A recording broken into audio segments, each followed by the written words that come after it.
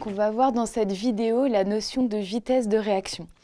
Lorsqu'on a une réaction qui est lente, on va définir la vitesse volumique d'apparition des produits et la vitesse volumique de disparition des réactifs. Alors on va considérer la réaction chimique d'équation A plus B donne C plus D. Donc c'est une équation de réaction très simple, hein, il n'y a pas de coefficient stoichiométrique dans cette équation de réaction. Et on va définir la vitesse volumique d'apparition d'un produit. Donc la vitesse volumique d'apparition d'un produit, c'est la variation de la concentration du produit en fonction du temps. Et donc on peut étudier la vitesse volumique d'apparition de C et la vitesse volumique d'apparition de D.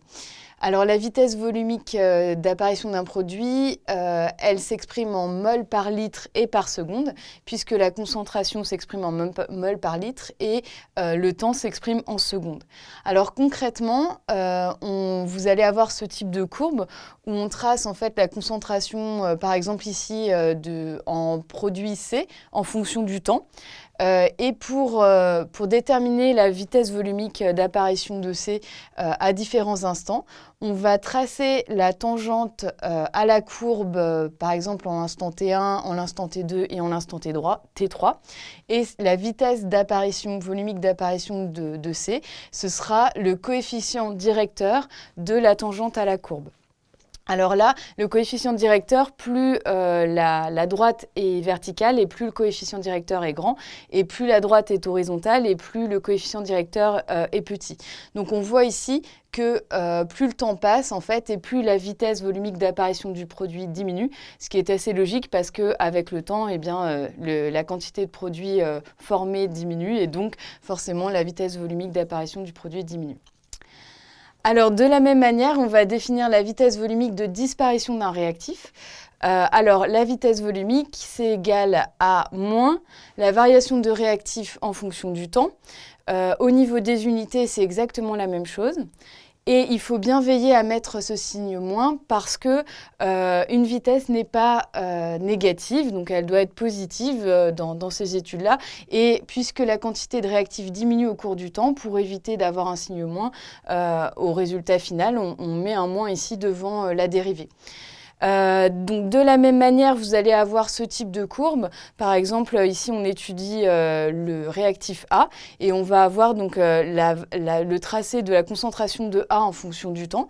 Et la vitesse volumique de disparition de A, ce sera le coefficient directeur de la tangente à la droite en différents instants. Donc ici, vous l'avez en T1, en T2 et en T3.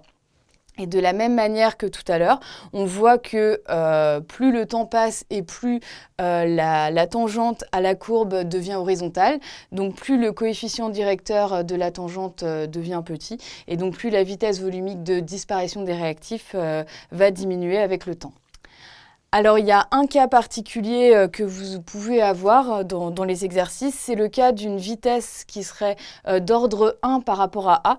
Ça veut dire quoi une vitesse volumique d'ordre 1 par rapport à A? Ça veut dire que la vitesse est proportionnelle à la concentration en réactif A.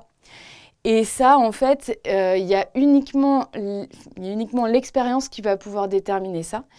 Et donc, si une vitesse est d'ordre 1 par rapport à A, par exemple, quand on trace la vitesse en fonction de la concentration en A, eh bien, on va avoir, comme vous le savez, une droite qui passe par l'origine. Donc, c'est vraiment l'expérience, donc selon les conditions dans lesquelles vous allez être, qui va déterminer cette loi d'ordre 1 par rapport à A.